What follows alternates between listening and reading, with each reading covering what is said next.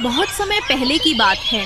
चंदनपुर नामक गांव में एक सलीम नाम का हैदराबादी बिरयानी वाला रहता था, जहां पर लोगों की भीड़ लगी रहती थी। उसकी बिरयानी पूरे गांव में फेमस थी। गांव में ऐसा कोई घर नहीं जहां पर उसकी बिरयानी जाती नहीं थी। लोग दूर दूर से उसके ठेले पर आते थे और बिरयानी खाते थे। पर एक दिन आज का मौसम बहुत सुहावना है शीला। मैं सोच रहा हूँ कि आज बाजार से कुछ खाने को लाऊं, पर क्या लाऊं मेरे समझ में नहीं आ रहा है। अगर तुम्हें कुछ खाना है तो मुझे बताओ, मैं उसे लेकर आऊं, क्योंकि अगर मैं सोचने बैठ जाऊंगा तो सुबह हो जाएगी। इससे बढ़िया है कि समय रहते तुम बता दो, नहीं तो मेरा मूड भी बदल सकता है। अरे उसमें बताने की क्या बात है। तुमको पता होना चाहिए कि जब भी आप बाजार जाते हैं तब मैं क्या मंगवाती हूँ। रोज रोज बताना पड़ेगा मुझे। चाहिए तो चाहिए उस हैदराबादी बिरयानी वाले से। हैदराबादी बिरयानी, आहा, उसका नाम सुनकर मुंह में पानी आ जाता है। अब देर मत करो, जल्दी लेकर आओ। अरे शीला, तुम्हारा पेट कभी भरेगा भी या नहीं? क्योंकि जब देखो तब तुम्हें एक ही चीज चाहिए होती है, हैदराबादी बिरयानी। पता नहीं तुम्हें कैसी नशा चढ़ गई है। मैं भी खाता हूँ, पर रोज रोज नहीं। लेकिन तुमको चाहिए तो रोज चाहिए। जिद ऐसे करती है जैसे छोटी बच्ची हो। ठीक है, जा रहा हूँ लाने। इतना बोलकर मदन तुरंत घर से निकल पड़ता है। वह आधे रास्ते में पहुंचा ही होता है कि तभी उसे सलीम दिखाई देता है। सलीम को देखकर मदन उसके पास जाता है। अरे सलीम भाई, क्या बात है? आज दुकान नहीं लगाए क्या? जो ऐसे घूम रहे हो, पहले कभी तो नहीं घूमते थे। बोलो, बात क्या हो गई? घर में सब ठीक तो है? और चेहरा देखकर ऐसा क्यों लग रहा है जैसे तुम किसी मुसीबत में हो? मदन भाई, मुसीबत बहुत बड़ी है। दरअसल लाखों रुपए उधार लेकर अपने अम्मा का इलाज करवाया, लेकिन अम्मा बची नहीं। अभी सर पर लाखों रुपए का कर्ज है। इसमें दुकान कैसे खोलूं? जेब में कुछ रुपए भी तो होने चाहिए सामान लाने के लिए। अब तुम बताओ, क्या बिरयानी बिना चिकन के बनेगी? नहीं ना। इसलिए जब तक मेरे पास पैसे नहीं हो जाएंगे तब तक हैदराबाद बिरयानी बंद रहेगी। इतनी बात कर सलीम अपने घर चल देता है और फिर मदन बाजार की तरफ निकल पड़ता है। सलीम घर में अकेला बैठा सोच रहा होता है कि तभी गांव के मुखिया का भाई पप्पू सलीम के घर आता है। सुनो सलीम भाई, आपने दुकान क्यों बंद कर दी है? अरे अम्मा को गुजरे हफ्तों हो गए हैं। अब तो तुमको अपना ठेला चौपाल पर लगा देना चाहिए। पर अभी तुम शोक के दुख में बैठे हो भाई। उठो यार, हिम्मत बनाओ और कल से ठेला चौपाल पर लगा दो।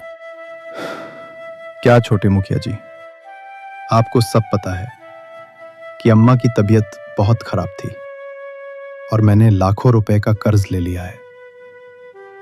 अब उसको चुकाऊं कैसे, इसी सोच में पड़ा हूं। और आप सबको दुकान खोलने की पड़ी है। पता होना चाहिए कि मेरे जेब में एक फूटी कौड़ी नहीं बची, तो कहां से दुकान खोलूं? अरे इतनी सी बात है पगले, तो बताना चाहिए ना। अब ऐसे घर में बैठकर पैसे तो आएंगे नहीं, और अभी तुमको लाखों रुपए कर्ज देना है। इसलिए अगर तू मेरी एक बात मान ले तो बिना टेंशन के तुझको रोज पैसे मिलेंगे। बोल सलीम, तू मेरी बात मानेगा? अरे छोटे मुखिया जी, आपकी बात है तो माननी पड़ेगी, क्योंकि आप जो बोलेंगे वही होगा। बोलिए छोटे मुखिया जी, आप क्या कहना चाहते हो? अरे सलीम, बहुत समझदार हो। तो सुनो मेरी बात, तुम कल से दुकान को खोलो। उसमें जितना भी खर्च लगेगा उसका सारा पैसा मैं दूंगा, और तुमको मजदूरी मिलेगी रोज की। उसमें जितना भी मुनाफा मिलता है वो सारा का सारा मेरा रहेगा। छोटे मुखिया जी, अगर आपने बोल दिया है तो मुझे करना ही पड़ेगा। ठीक है, आप जैसा बोलेंगे मैं वैसा ही करूंगा। अब आप अपने घर जाइए और कल से मैं ठेला चौपाल पर लगा दूंगा।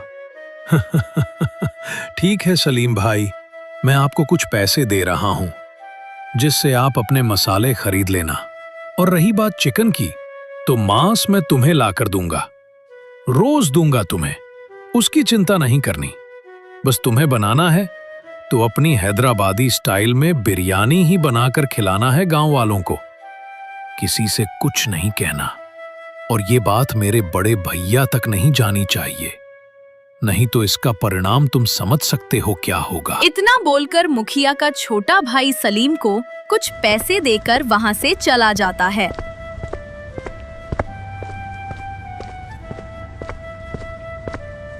और फिर इधर सलीम सो जाता है।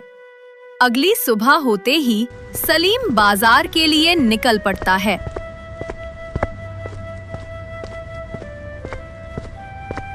और फिर वहां जाकर कुछ बिरयानी के मसाले खरीदता है और फिर अपने घर आता है। घर आकर देखा है तो वहां पर मांस पहले से रखे हैं। मांस के टुकड़े ऐसे होते हैं जिसे कोई देखकर बता ही नहीं सकता कि ये किसका मांस है।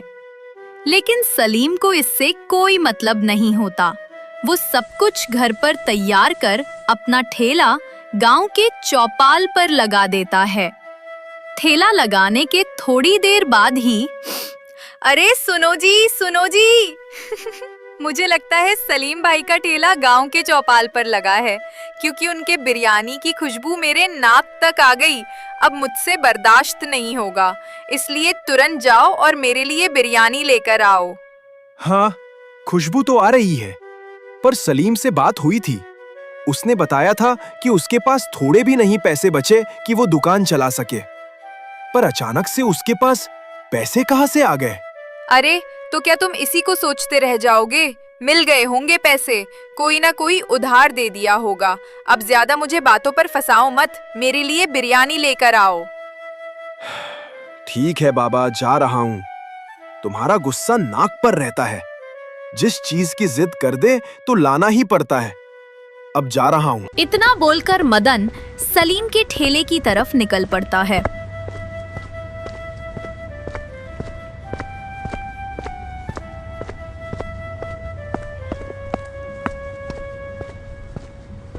और ठेले पर पहुंचकर सलीम से कहता है, अरे सलीम भैया, क्या हाल है?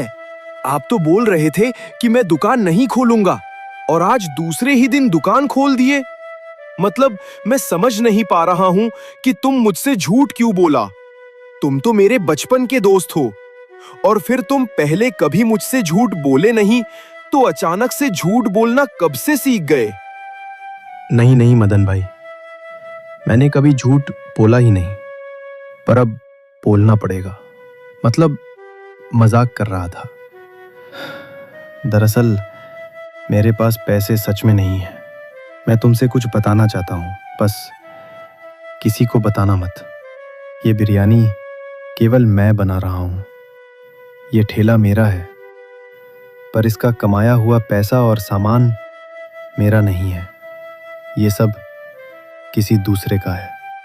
अब किसका है मैं उसका नाम नहीं बता सकता, क्योंकि अगर उसका नाम बता दिया, अगर उसको पता चल गया, तब मेरा जीना मुश्किल हो जाएगा। कोई बात नहीं, मत बताओ मुझे। कोई जरूरत ही नहीं है पूछने का। मैं तो सिर्फ ऐसे ही पूछ लिया। ऐसा करो कि अपने भाभी के लिए बिरयानी पैक कर दो। और हाँ, समय मेरा यही रहेगा। जब तक तुम इस चौपाल पर अपना ठेला लगाओगे, तब तक तुम अपनी भाभी के लिए अपनी हैदराबादी बिरयानी पैक करके रखोगे।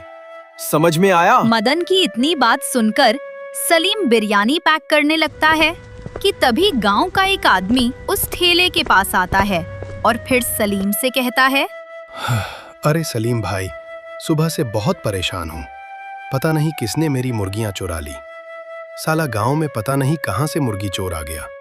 अगर एक मुर्गी की बात होती तो ठीक है, मेरी 5 मुर्गियां गायब हो गई हैं।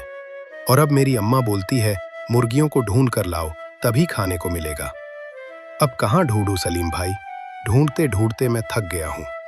तो ऐसा करो, मेरे लिए एक प्लेट बिरयानी लगा। अरे जगदीश भाई, भला मुर्गियां कौन चुराएगा? कोई चुराने वाली चीज थोड़ी है। अपने गांव में पहले कभी चोरी हुई नहीं है, तो गांव में चोर कहां से आ गया? हमको